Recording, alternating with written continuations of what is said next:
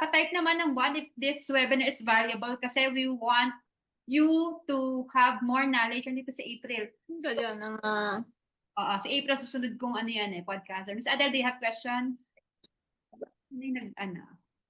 Any additional information from the sharing of Jack? Again, pa-type 1 kung natuto kayo for today. And again, for those of you who needs more information about the tax compliance in the Philippines, we will do random webinar weekly if you want. Please reach out to me if you have any question, particular topic. We will do our best to support your answer, your inquiries. And please join the community that we have. I think Daniel posted, and I also post a community kasi nandun kami nagpo-post ng mga tips, and I will also post this one to YouTube channel. But, di ba, isang araw pa lang to, ako rin natututo. So kayo ba, you're learning? You want this more kind of webinar? Wasn't TV yoga? okay man. Ano ko naman?